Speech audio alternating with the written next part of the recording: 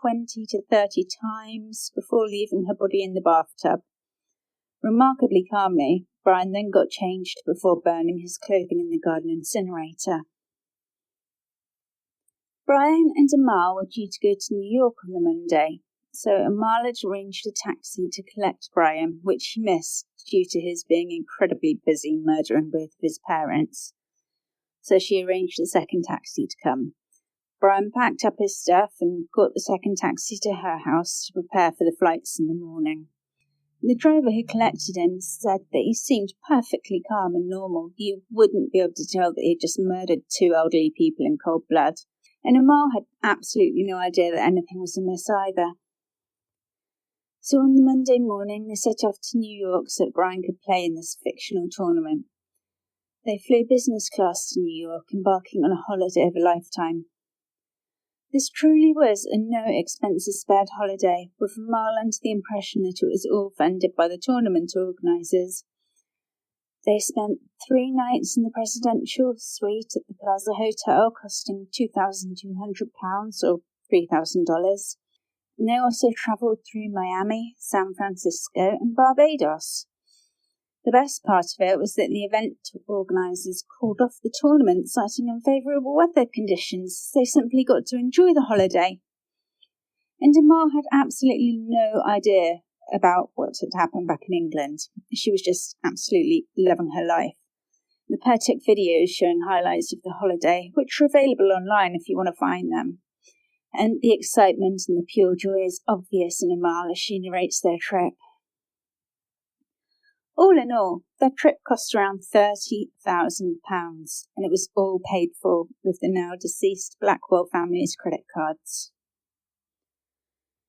The pair arrived back home on 12th of August 2004, and Brian swung by his parents' house. He left Amal at the front of the house while he went around to the back to gain entry. While Amal was waiting, a neighbour chatted to her, asking her if Mr. and Mrs. Blackwell were back from their holiday villa in Spain yet. They spent a lot of time visiting their villa, so it was presumed their absence was due to this. It provided the perfect excuse for them being missing. Amal said she didn't know if they were back because she had actually been in America with Brian. Brian, upon overhearing this, came back around to the front of the house and said that his parents must not be back from their trip yet because he was unable to gain access to the house. He said he didn't have a key, and with his parents being away, he had nowhere to stay. I mean, I wonder why he couldn't stay in his imaginary flat, unless it was undergoing imaginary renovations.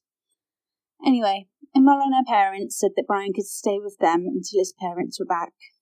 Brian didn't stay exclusively in Amal's house, though. On occasion, he did sneak back into his parents' house to take trinkets. He walked straight past and ignored his parents' decomposing bodies on each occasion. Fast forward 1 week from their return. It was August the 19th, 2004, and it was A-Levels day. Brian went into college to collect his results and found that he had achieved straight A's across the board.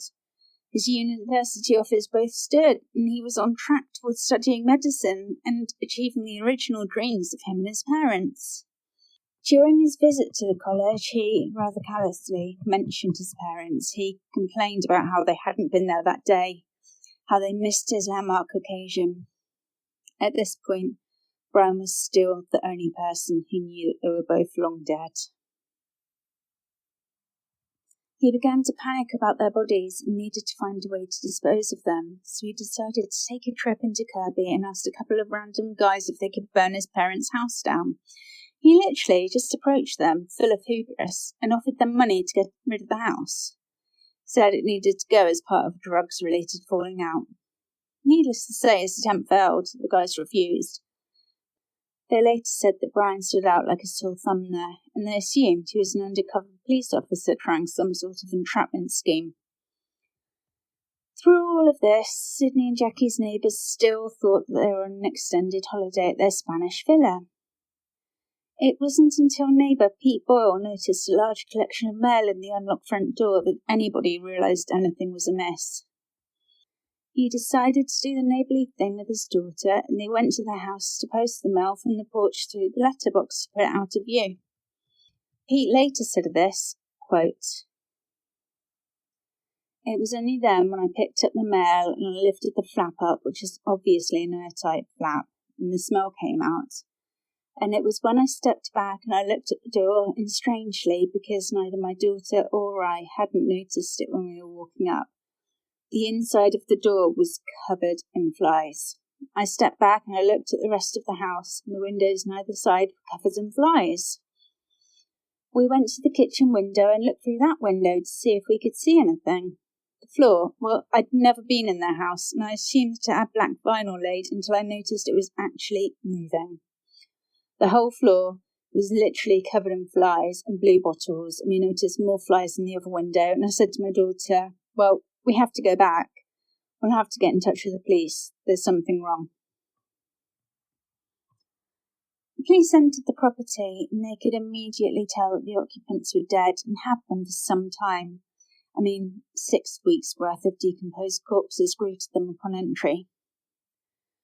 There was a smashed window around the side of the house, which led police to initially believe that it was a failed robbery coupled with a fatal shooting. Unfortunately, due to the sheer level of decomposition, the cause of death wouldn't be determined until the autopsy had been carried out. And unlike in books and films, it takes a few days. The police tracked Brian down at Saba's house and informed him of the death of his parents. Brian reacted as they would have expected, and initially the police thought nothing untoward of his behaviour. However, during subsequent interviews, when they were questioning Brian as the last person to have seen his parents alive, Brian did say one or two things which made detectives suspicious, namely, "Is it cold in prison?"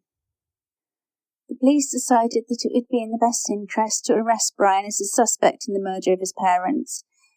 Brian acted like an innocent party, making statements such as, "Shouldn't you be questioning me as a witness instead of a suspect?" And his confidence visibly grew greatly as the interviews progressed. As he figured out the detectives who were questioning him, he also began to figure out just how little they had on him. That wasn't to last.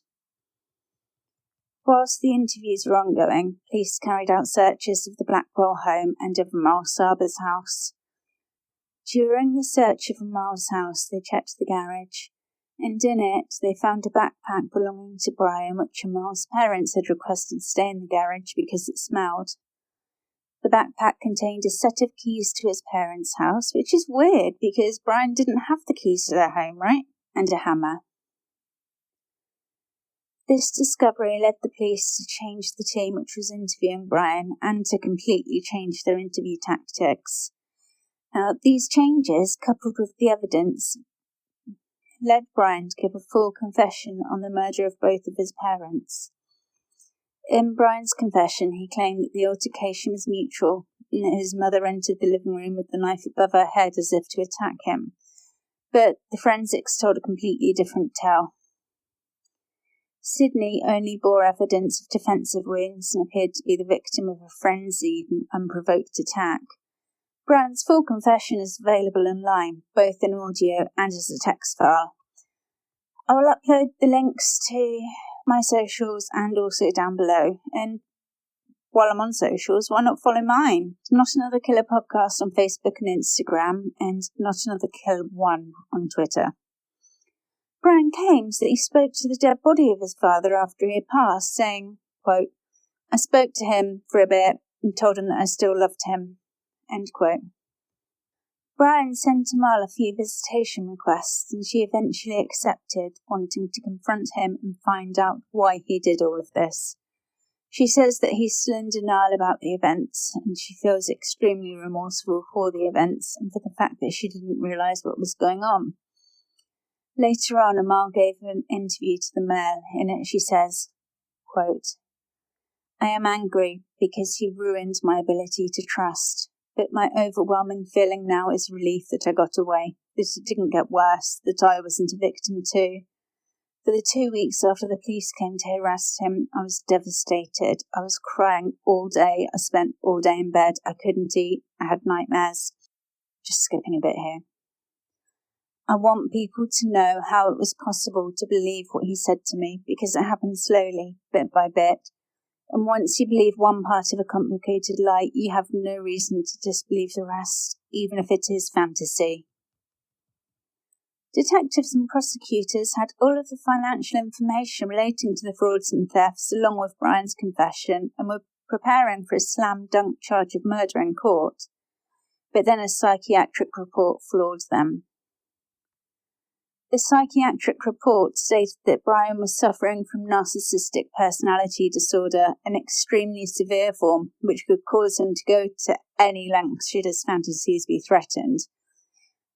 This meant that Brian was not of sound mind at the time of the killings. He had diminished responsibility.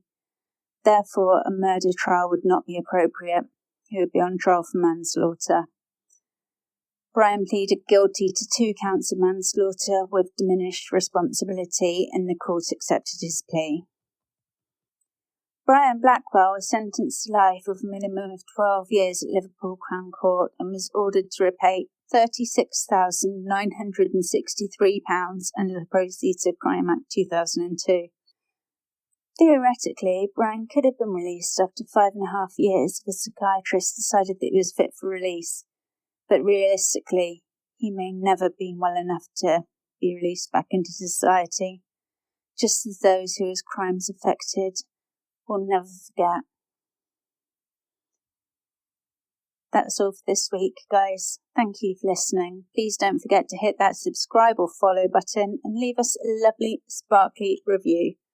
Bye!